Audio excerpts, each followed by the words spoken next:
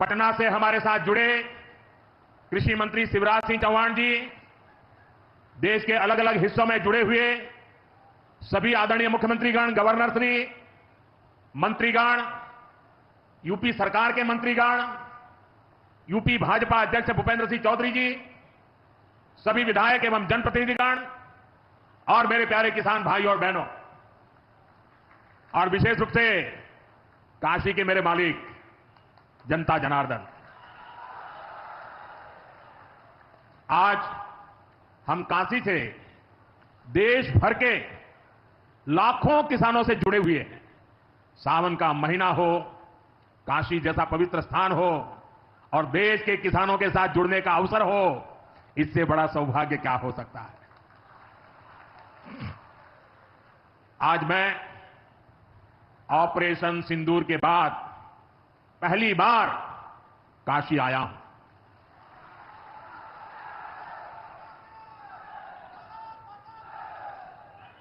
जब 22 अप्रैल को पहलगाम में आतंकी हमला हुआ था, 26 निर्दोष लोगों की इतनी बेरहमी से हत्या कर दी गई। उनके परिवार की पीड़ा, उन बच्चों का दुख, उन बेटियों की वेदना, मेरा हृदय बहुत तकलीफ से भर गया था। तब मैं बाबा विश्वनाथ से यही मना रहा था कि सभी पीड़ित परिवारों को ये दुख सहने की हिम्मत दे। काशी के मेरे मालिकों, मैंने अपनी बेटियों के सिंदूर का बदला लेने का जो वचन दिया था, वो भी पूरा हुआ है। ये महादेव के आशीर्वाद से ही संभव हुआ है। मैं ऑपरेशन सिंदूर की सफलता को उनके चरणों में समर्पित करता हूं। साथियों, इन दिनों जब काशी में गंगा जल लेकर जाते हुए शिव भक्तों की तस्वीरें जब देखने का अवसर मिल रहा है, दिव्य तस्वीरें, और खासकर सावन के पहले सोमवार को जब हमारे यादव बंधु बाबा का जलाभिषेक करने निकलते थे, गौरी केदारेश्वर से कंधे पर गंगा जल लेकर यादव बंधुओं का समूह, कितना मनोरम दृश्य होता है। डमरू की आवाज, गलियों में कोलाहल, एक अद्भुत भाव विश्व पैदा होता है।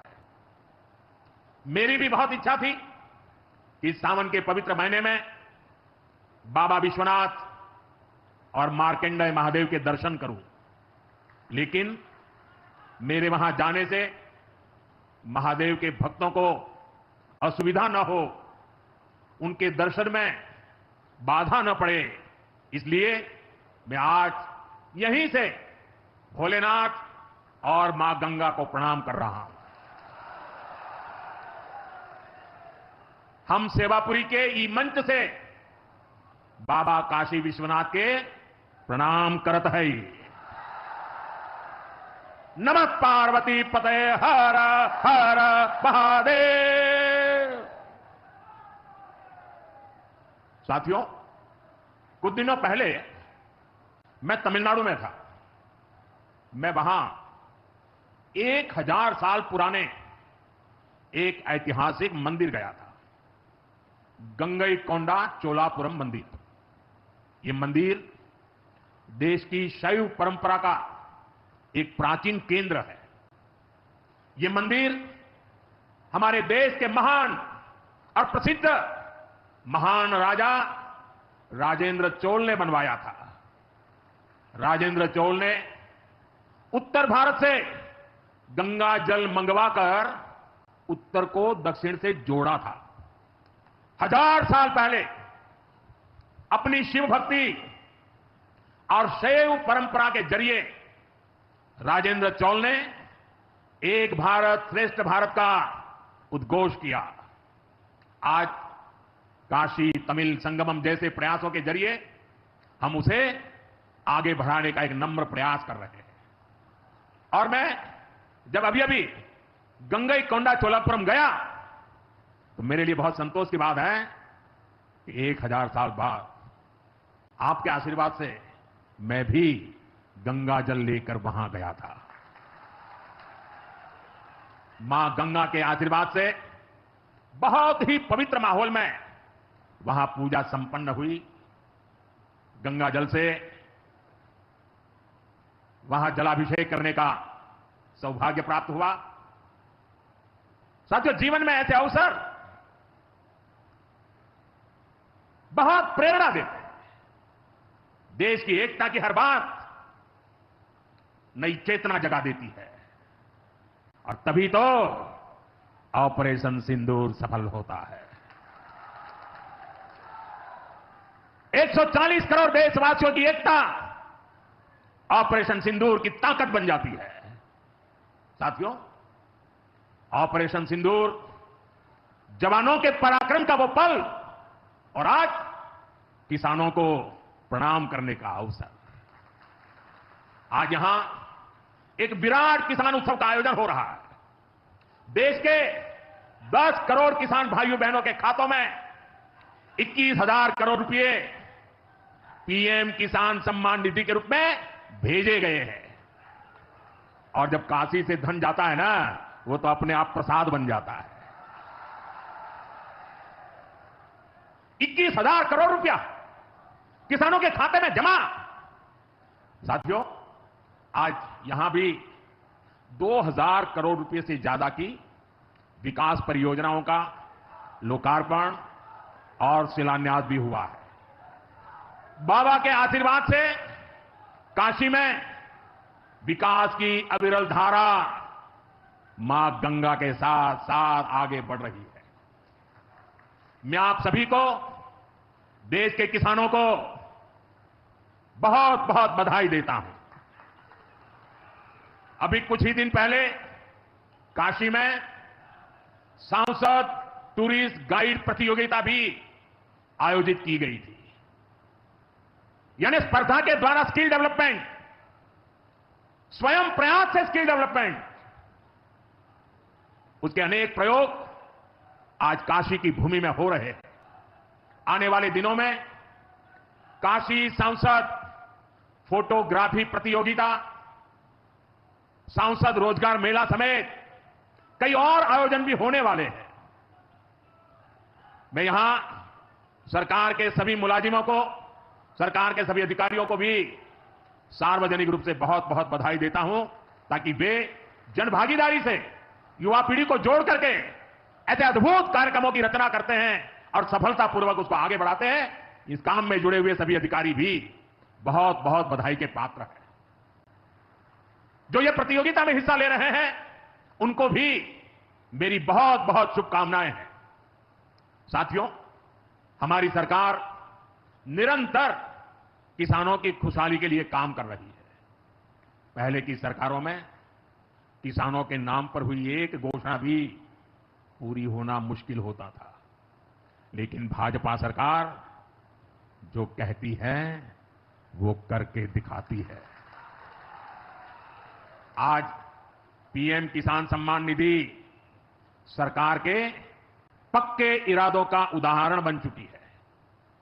भाइयों बहनों, आपको याद होगा 2019 में जब पीएम किसान सम्मान निधि शुरू हुई थी, तब सपा, कांग्रेस जैसे विकास विरोधी लोग, विकास विरोधी दल कैसी कैसी अफवाहें फैला रहे थे, लोगों को गुमराह कर रहे थे, किसानों को उलझन में डालते थे। कोई कहता था मोदी भले योजना लाया, लेकिन 2019 का चुनाव जाएगा, ये सब बंद हो जाएगा। इतना ही नहीं, मोदी ने जो पैसा अभी जमा किया है ना, वो भी वापस निकाल देगा। कैसा झूठ बोलते हैं। और यही देश का दुर्भाग्य है कि निराशा की गर्त में डूबा हुआ विरोधी मानसिकता वाले लोग ऐसी ही झूठी सच्चाई को लेकर के जी रहे हैं। ये सिर्फ किसानों से, देश के लोगों से झूठ बोल सकते हैं। आप मुझे बताइए, क्या इतने वर्षों में कभी एक भी किस्त बंद हुई क्या? पीएम किसान सम्मान निधि बिना ब्रेक के जारी है। आज तक 4.25 लाख करोड़ रुपए, आंकड़ा याद रखना, 4.25 लाख करोड़ रुपए किसानों के खाते में भेजे जा चुके हैं। जरा आप मेरे साथ बोलेंगे कितने? 4.25 लाख करोड़। कितने? कितने? कितने? और ये 4.25 लाख करोड़ इतने रुपए किसके खाते में जमा किए? किसके खाते में जमा किए? मेरे किसान भाई बहनों के खाते में जमा किए। यहां यूपी के भी करीब 2.5 करोड़ किसानों को इसका लाभ मिला है। यूपी में किसानों को इस योजना के 90,000 करोड़ रुपए से ज्यादा भेजे गए हैं। इतना ही नहीं, मेरी काशी के किसानों को भी करीब करीब 900 करोड़ रुपए मिले हैं। आपने ऐसा सांसद चुना कि आपके खाते में 900 करोड़ रुपया आया है। और इससे बड़ी बात, बिना किसी कट कमीशन के, कोई बिचौलिया नहीं, कोई कट नहीं, कोई कमीशन नहीं, कोई पैसे की हेरा फेरी नहीं, सीधे ये पैसे किसानों के खाते में पहुंचे हैं। और मोदी ने ये परमानेंट व्यवस्था बना दी है। ना लीकेज होगी, न गरीब का हक छीना जाएगा। साथियों, मोदी के विकास का मंत्र है, जो जितना पिछड़ा उसे उतनी ज्यादा प्राथमिकता। जो जितना पिछड़ा उसे ज्यादा प्राथमिकता। इस महीने केंद्र सरकार ने एक और बड़ी योजना को मंजूरी दी है। इसका नाम है प्रधानमंत्री धन धान्य कृषि योजना। इस योजना पर 24,000 करोड़ रुपए किसानों के कल्याण के लिए, कृषि व्यवस्था के लिए, कृषि विकास के लिए 24,000 करोड़ रुपए खर्च किए जाएंगे। देश के ऐसे जिले जो पिछली सरकारों की गलत नीतियों के कारण विकास की राह में पिछड़े रह गए, जो कृषि उत्पादन भी कम हो रहा है, जहां किसानों की आमदनी भी कम है, अरे कोई पूछने वाला नहीं था, उन जिलों पर प्रधानमंत्री धन धान्य कृषि योजना का फोकस होगा। इससे यूपी के भी लाखों किसानों को फायदा होगा। साथियों, किसानों के जीवन में बदलाव के लिए, उनकी आय बढ़ाने के लिए, खेती पर होने वाला खर्च कम करने के लिए एनडीए सरकार पूरी शक्ति से काम कर रही है, पूरी ताकत लगा रही है। हम बीज से बाजार तक किसानों के साथ खड़े हैं। खेतों तक पानी पहुंचे, इसके लिए देश में लाखों करोड़ रुपए की सिंचाई योजना चलाई जा रही है।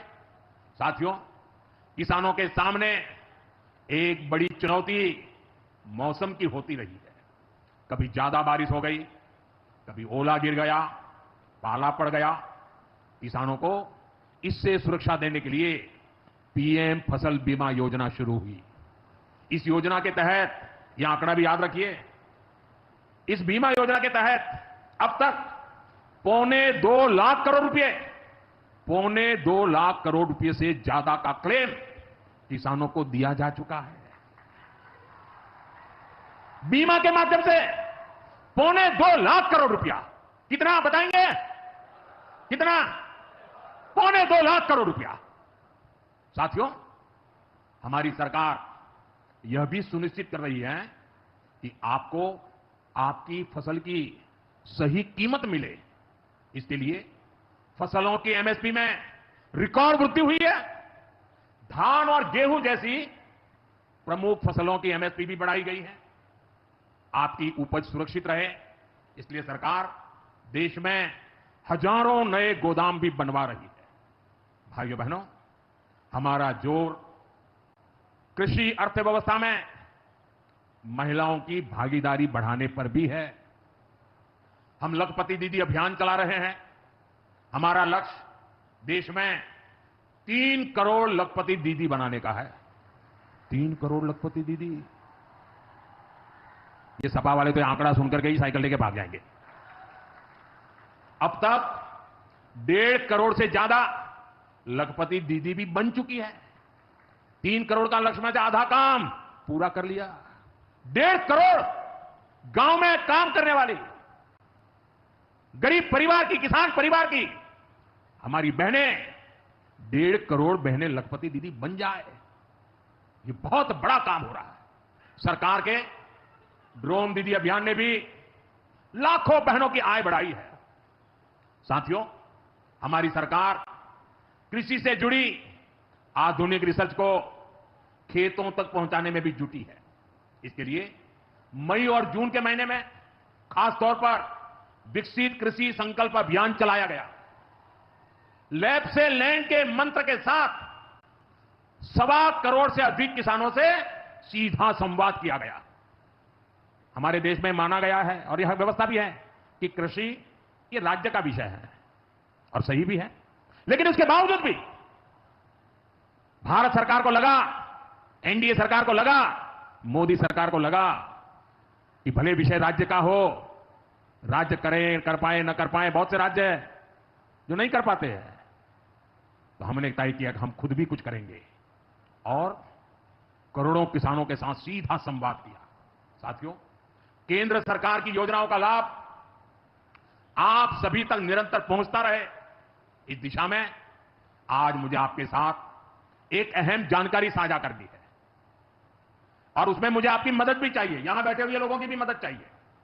आपको पता है, जनधन योजना के तहत देश में 55 करोड़ गरीबों के बैंक खाते खोले गए। जिनको कभी बैंक का दरवाजा देखने का सौभाग्य नहीं मिला था, ऐसे 55 करोड़ लोगों के खाते, ये मोदी को जब से आपने काम करने का अवसर दिया ना, मैं ये काम कर रहा था। 55 करोड़। अब इस योजना को हाल ही में 10 साल पूरे हुए हैं। अब बैंकिंग क्षेत्र का कुछ नियम है। वो नियम ये कहते हैं कि 10 साल बाद बैंक खातों का दोबारा से केवाईसी करना जरूरी होता है। एक प्रक्रिया पूरी करनी होती है। अब आप बैंक में जाएं, करें या न करें, पहले सब आपको करना होता है। अब मैंने थोड़ा आपका भार कम करने का बीड़ा उठाया है, तो मैंने बैंक वालों से कहा कि लोग आए, केवाईसी करें, अच्छी बात है, हमें नागरिकों को हमेशा जागृत रखना चाहिए, लेकिन हम क्या एक अभियान चला सकते हैं? मैं आज रिजर्व बैंक का, हमारे देश की सभी बैंकों का, बैंक के सभी कर्ता धर्ताओं का हृदय से अभिनंदन करना चाहता हूं। आज उन्होंने एक ऐसा काम उठाया है जो हमें गर्व से भर देता है। बैंक के लोग इस 10 करोड़ लोगों को, अरे 10 साल के बाद ये 55 करोड़ लोग अपना फिर से रिव्यू करें, केवाईसी जो करना है, इस काम को पूरा करने के लिए 1 जुलाई से देश भर में बहुत बड़ा अभियान चल रहा है। हमारे बैंक स्वयं हर ग्राम पंचायत तक पहुंच रहे हैं, वहां पर जाकर के मेला लगाते हैं। अब तक ऐसी करीब 1 लाख ग्राम पंचायत में बैंक अपने कैंप, अपना मेला लगा चुके हैं। लाखों लोगों ने दोबारा अपना केवाईसी भी करा लिया है और यह अभियान आगे भी चलने वाला है। मैं ऐसे हर साथी जिसका जनधन खाता है उससे आग्रह करूंगा कि वो फिर से अपना केवाईसी जरूर करा ले। साथियों, ग्राम पंचायतों में बैंक जो स्पेशल कैंप लगा रहे हैं, अभी भी लाखों पंचायतों का काम जारी है।